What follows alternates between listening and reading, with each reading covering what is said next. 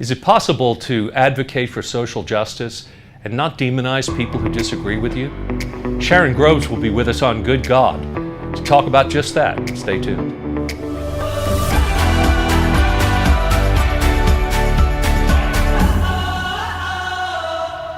Welcome to Good God, conversations that matter about faith and public life.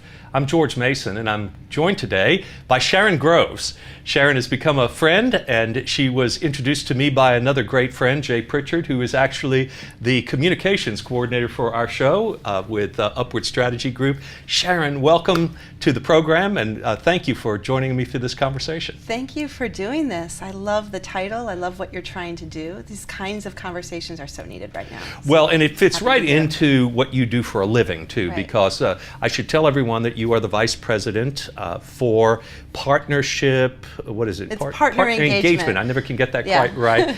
For Auburn Seminary. Yeah. Now, when people hear Auburn Seminary, they might think that that's the team that is always playing against Alabama. That's right.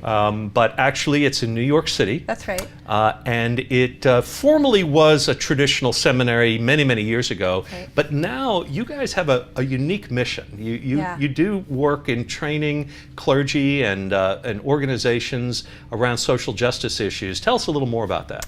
Yeah, so Auburn is celebrating its 200th year anniversary. Oh my goodness. So it's been around for a long time.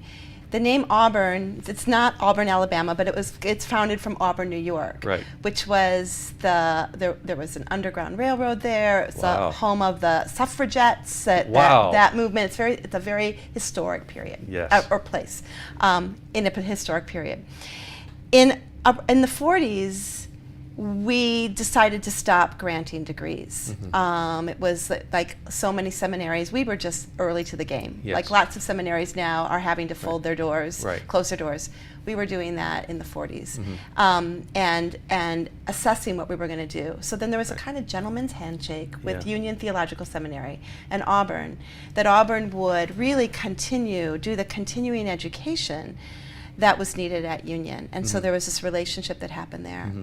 Then over the years, with our new president, Catherine Henderson, we've moved to be a multi-faith center. Yes. So it's not just Christian any longer. Right. We really see ourselves as bringing together people of faith from across traditions and no traditions. We talk about people of moral courage as well. Mm-hmm. And we're interested in the work for justice. So who is engaged in the faith community and in the activist community that's spiritually rooted in justice work. Right. And how can we help to build that so that it's stronger? Right. And how can we help individual congregations do it better? Yes. So we offer a whole bunch of trainings and workshops, from media training to bridging divide work.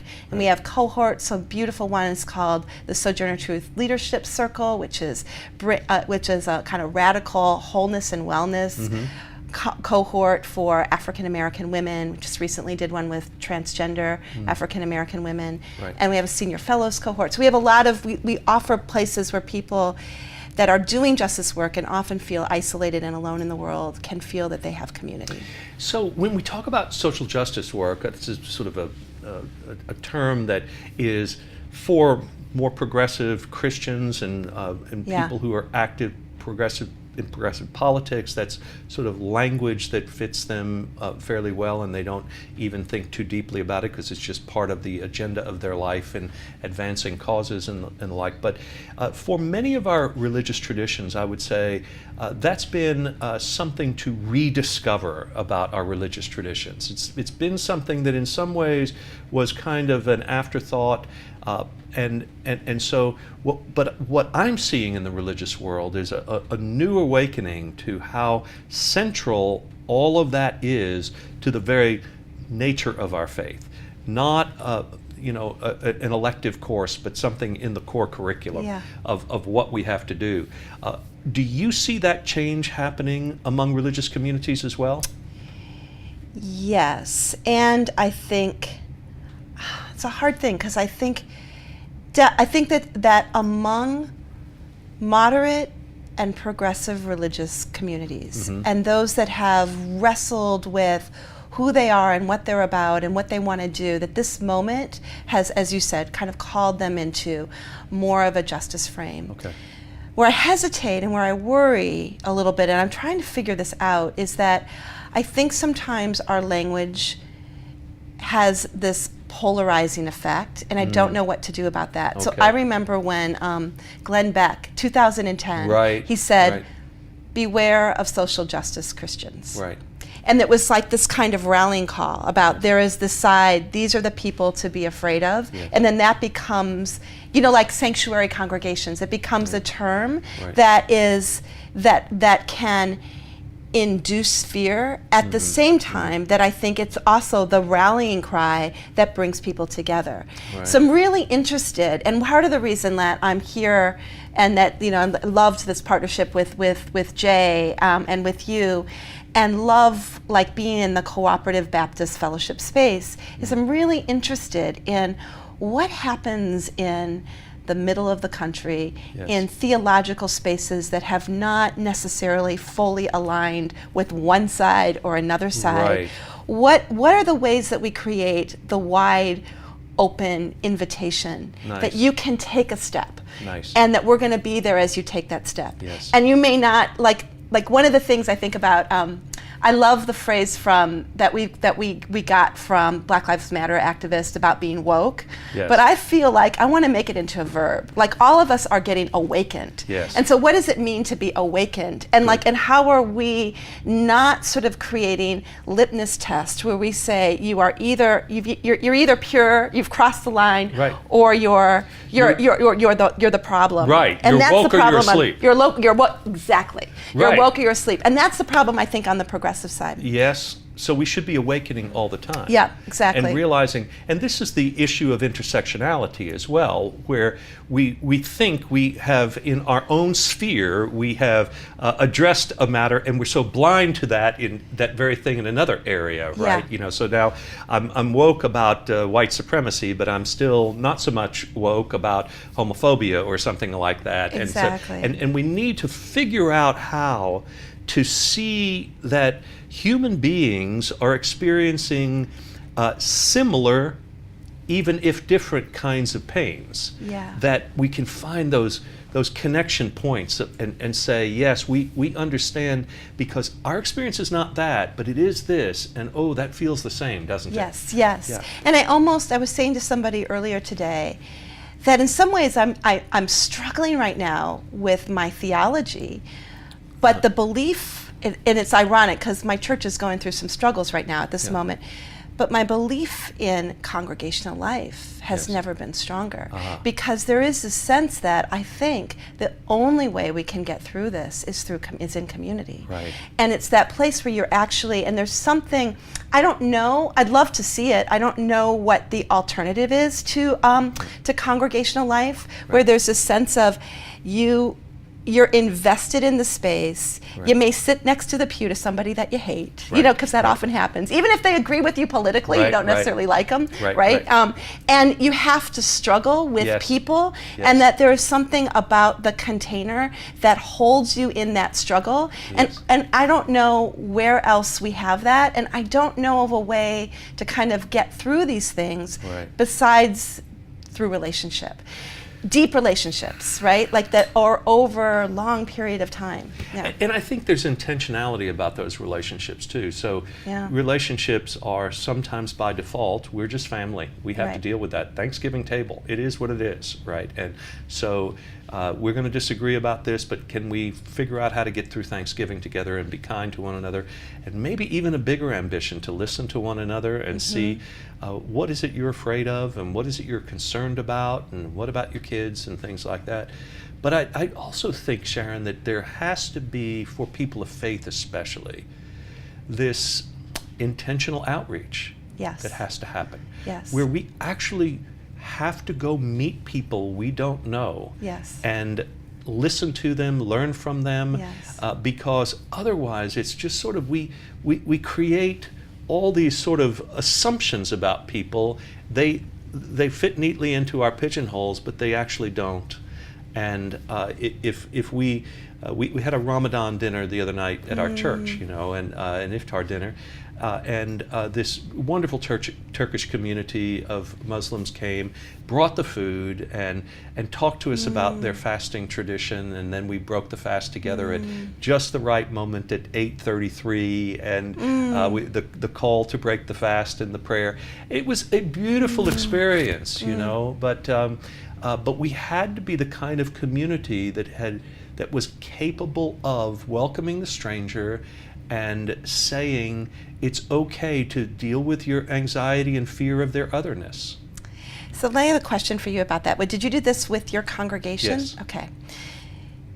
Do you think that congregation would have been able to do that if you hadn't done the work that you did around marriage, around the emboli, did the way in which you brought that congregation to a place of being able to engage difference? Right. I mean, I'm just curious Well, I think it was easier. Yeah. Certainly it was easier, and I guess I should be, completely honest in saying that when in November of 2016, when we concluded a long process of discernment, disagreement, struggled, all the things that it took to make a decision to be completely welcoming and affirming of LGBTQ persons in our church, that was a turning point in many ways for people, both for those who chose to leave our church and those who chose to stay. Right.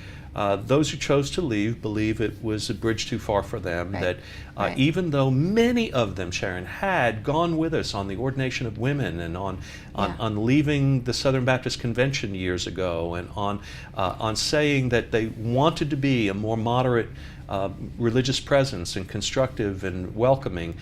Welcoming was one thing, affirming was another, and really to have complete equality was a step that for some of them felt unfaithful. Yeah. And so when they left, what we realized is some of the same people who struggled with that issue were people who struggled with us when I preached about race, Right. When I spoke about Muslims, because they felt as if there were unsaid things, that it was only half truth, and that really it didn't represent something of the bad behavior of or the worst examples of, and we were giving too much of a pass to them. And so it was a lot of the same issues, and not having all of that pushback gives you a little more freedom, yes, to begin to pursue other kinds of relationships that are really rich and otherwise were very painful in the congregation. So interesting. And I think, I think that the work, and it's so hard to do right now, is that we've got to be, as you said, we've got to be able to see people that we haven't seen before. Right. We have to be able to open up. We have to be able to sort of to work on ourselves so that our reactions are not so instantaneous, Yes. but like we can actually see and hear people that think and feel and live in the world differently than we do.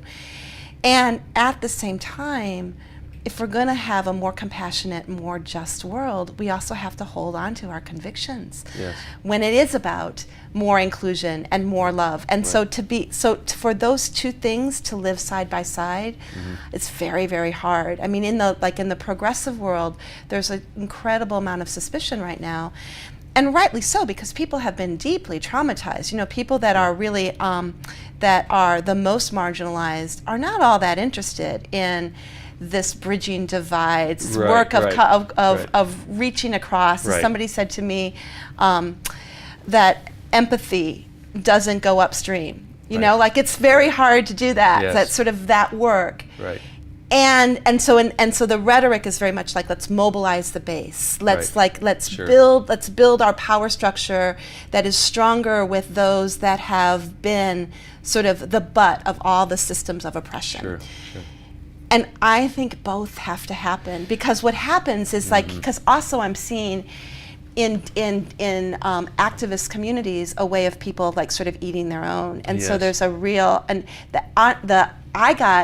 I became a person of faith because I didn't grow up with faith, and I became a person of faith in right after 9/11. Wow. And the decision around that was I was involved. I grew up in a progressive family. I've been an activist, of some capacity, most of my adult life. But I was involved in the anti-war work at that time, and people were reading the writing on the wall, and they knew we were going to go to war. They thought at that time it was going to be Afghanistan, but they knew that was going to happen. And there was and in that community, there was this absolute fury at George Bush before he even took us to war in Iraq, right? Like even before that, there was a sense he's going to do something awful, and there was no space. I felt very little space to actually mourn and to be able to be present to this horror that just happened, and to actually hold that at the same time, recognize that we want to build a more just world and that war is not the answer. And so it was because I stumbled into a church with that kind of all of that stuff. That's the link we need to pursue next. In our second segment, we need to come back to this whole question of faith, anger, grief, how we put all of those things together and end up with a cocktail that's pleasing. So, to use a phrase. Yeah. All right, let's come back after the break with that. Okay, great. Compassionate DFW is striving to make Dallas-Fort Worth more intentionally compassionate, where everyone is committed to live by the principles of compassion and the Golden Rule. It works through diverse initiatives: arts, business, education, environmental, healthcare, religious, spiritual, interfaith, and more. Visit CompassionateDFW.org to get involved. We're back with Sharon Groves, and Sharon, we were just talking about your coming to a position of faith after 9/11, and one of the ways that happened was that you were seeking for a community that would give you a way of dealing with anger and with grief and sadness instead of just reacting. To find a way. Now, most people don't necessarily think today that faith offers that, but I think you're right, that that's, at our best, that's what we do, isn't it? To create a safe space to say, it all doesn't depend upon us, that there is a spiritual presence at work in the world that we can depend upon, and that is actively at work in the world, bringing about peace and order and all of that too. Yes, and I just remember when I stepped into my congregation, and tell everybody what it is, because it was I don't know if your watchers and listeners are Baptist or how grand. They're everywhere. This is a Unitarian Universalist congregation. But it was one that was more. Unitarian Universalists are an interesting bunch. There's some that are very, very secular, and Christianity is, even though we say we're inclusive, it's all but Christianity that we're inclusive of. So that's one aspect of Unitarians, and this was a little different. This one had deep Methodist roots, and so it was a different kind. It was a very spiritually grounding place. And again, I grew up without much religion at all, kind of on the not just secular, but antagonistic. I grew up in Springfield, Illinois, which was evangelical and conservative Catholic. I came out as a lesbian when I was in my early 20s, but the rumblings were certainly there when I was in Springfield. And I had this very progressive academic family that were transplants from Madison, Wisconsin, and there was a sense that they needed that church was threat.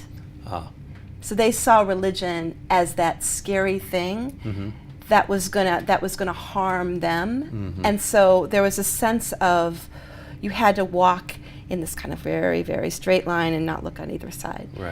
And so that's what I grew up with, and. But I'd always been a spiritual person, and when I think back on it, I was always visiting my friends' congregations and really curious, the Baptists, the Catholics, the Jewish, all of it. I just loved religion, have always loved religion. I love nothing more than to be with people that where the divine speaks to them, and I think it comes in all kinds of ways. I don't have a sort of sense of orthodoxy around that. So here you are now, you are a married gay woman. And I wonder both what the Supreme Court's decision on marriage equality, Mm-hmm. what did that mean to you personally and spiritually, certainly in your relationship with your wife, but also then the reaction to it by some in the religious community?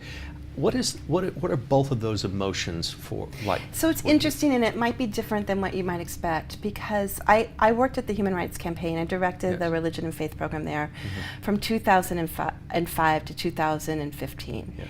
So that was a lovely time to be working on Can you LGBT imagine? issues, because Yes. everything was a good, certainly there were some bad things that happened. But incremental. But incrementally, everything was a good story, right? Yeah, right. Like it just got better and better and Yes. better. And how much fun is that? Yes. So the thing that might be surprising is that I really still go to a Unitarian Universalist church. I identify with the Universalist side. Mm-hmm. I would call myself a Universalist Christian. Mm-hmm.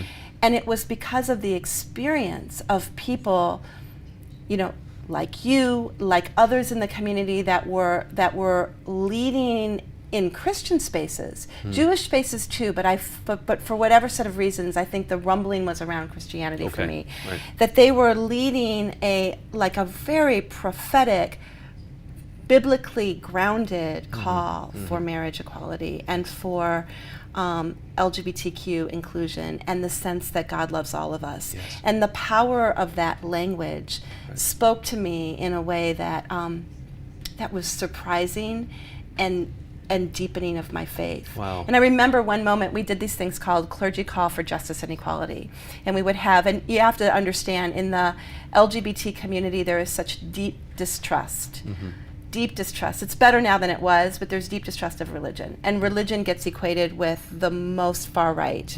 Like, so there's Sure. a sense of that's what religion is. So we would do these Clergy Call for Justice and Equality gatherings, and we would bring clergy in from every state in the country. And in 2006, 2008, that was a big deal because people didn't know that in Mississippi there were affirming Christians. Right. Of course, there have been for years and years. People just didn't know it. Yes. So, and that you had these like very hardcore secular agnostics, atheists, that were the staffers at HRC that would be standing with all these clergy singing things like "This Little Light of Mine" and "We Shall Overcome," and preaching from their hearts about full inclusion. And there wasn't a dry eye in the house. And there was a sense that I think even people don't even know the longing that they have for faith. I think it's really, really strong. And Beautiful. I think people in the LGBT community have been told that they can't be part, they're an abomination, they're a sin, they're whatever that thing is, that there are outside of this, that they don't get to have a spirituality. And that's like, that is deep in the Yes. in the thinking, and it's still. And so when you have affirming folk Yes. say you are loved by God, like something that simple, you are loved by God, it makes such a difference. And it makes a difference, I think, on an unconscious level that people don't even know it's making a difference. Well, and we certainly have experienced it in our church. Yeah. Now, since the decision we made, it took a while for gay people to come to our church and not look over their shoulder and say, "You're going to take it back," or "Do you really mean it?" or "Are we able actually to be ourselves? Is it okay to say who we are?" That sort of thing. And they believe us now, and they're able to just be fully present and not to be special, just to be everyone. Is the point. But over and over again, I hear what you're saying, and that is to say, they express something that feels like new birth. It feels like being born again. It feels like we're experiencing evangelism in the best possible way in our church as people have this sense, God really does love me. And it's surprising to me, I think it should be news to some other Christians too, that we maybe take it for granted that everybody just assumes that God loves them and doesn't need to be told. But actually, when people who have been in positions of authority and who have been identified with those who hold the keys to the kingdom somehow of your self-esteem with God and your place, when they say, "Oh, well, yes, you're a child of God, and we're the same," and that is an extraordinary moment of unity and of joy that we Yeah. all experience together. It's powerful, isn't it? It's powerful, and I really do believe it has a ripple effect that goes way beyond even those that identify Yes. with faith. Right. And the opposite is true too. When you hear stories, like it just broke my heart. This guy that I talked to just the other day, who's Latino Catholic, and his family was affirming, but then he went to communion. Well, he went to confession, and through that confession, because he came out as gay, he was denied communion, just like a harsh denial. And we see example of that over and over again. Of you're not allowed here, you're kicked out. Like God does not love you, and all those those acts of denial and of rejection, I think also have a rippling effect, and creates we were talking before on the break, like it creates a sense of in grassroots organizing communities this deep distrust of faith. Right. And so that's a piece that we have to wrestle with right now. And so the more I think, I don't think it needs to be a story of conversion. I think it needs to be a story of just this, God's deep love. And people that don't believe in God are going to feel that love because it radiates out. Absolutely. Yeah.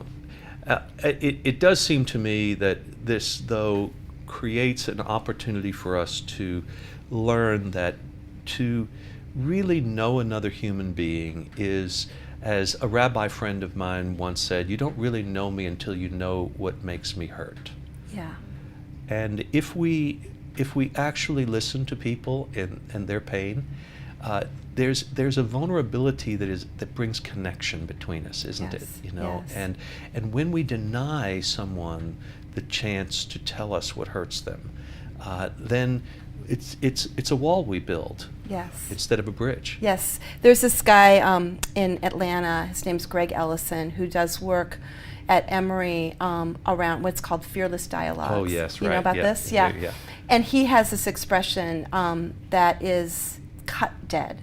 Like what can you remember that just cut you dead? Wow. When somebody did not see you, when you literally felt like you something of you were going to be you were sort of dead to the people around you in some way, whether you were completely ignored, whether you were taken apart, whether you whatever that piece was.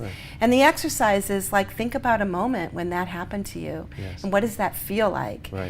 And then it's just a way of let's actually see that in one another. What are the places in which we've cut people dead, right? It's a really powerful image. I think that unfortunately sometimes it's the people who have been hurt the most who have the greatest power to teach us also this grace.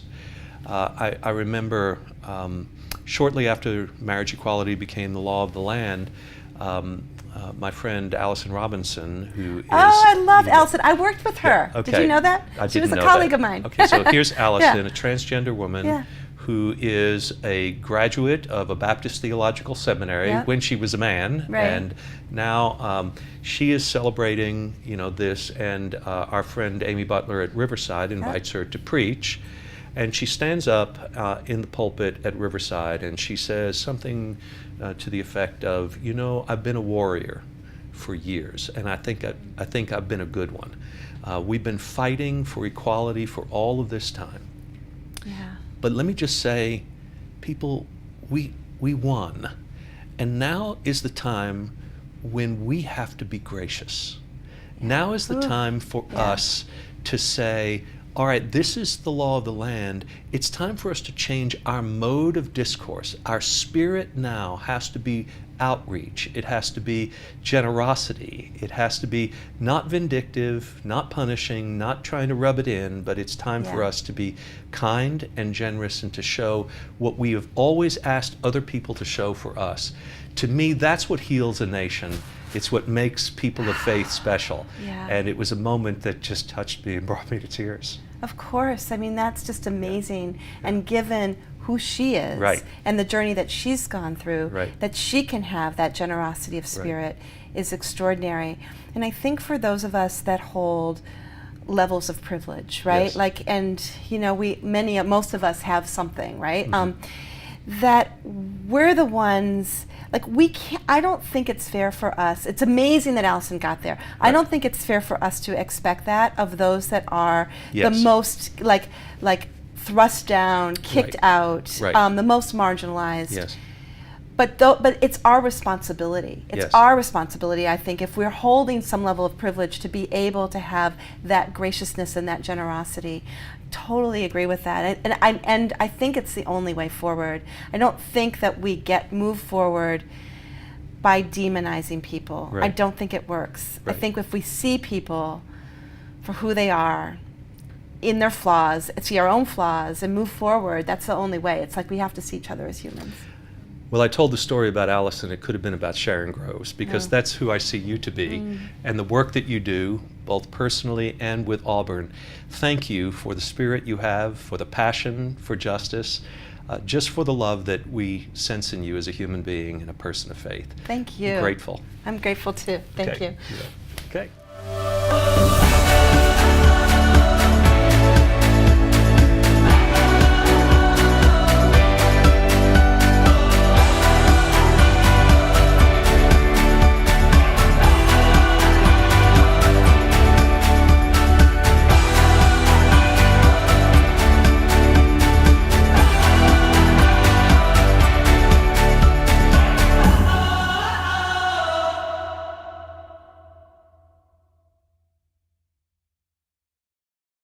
Compassionate DFW is striving to make Dallas-Fort Worth more intentionally compassionate, where everyone is committed to live by the principles of compassion and the Golden Rule. It works through diverse initiatives: arts, business, education, environmental, healthcare, religious, spiritual, interfaith, and more. Visit CompassionateDFW.org to get involved.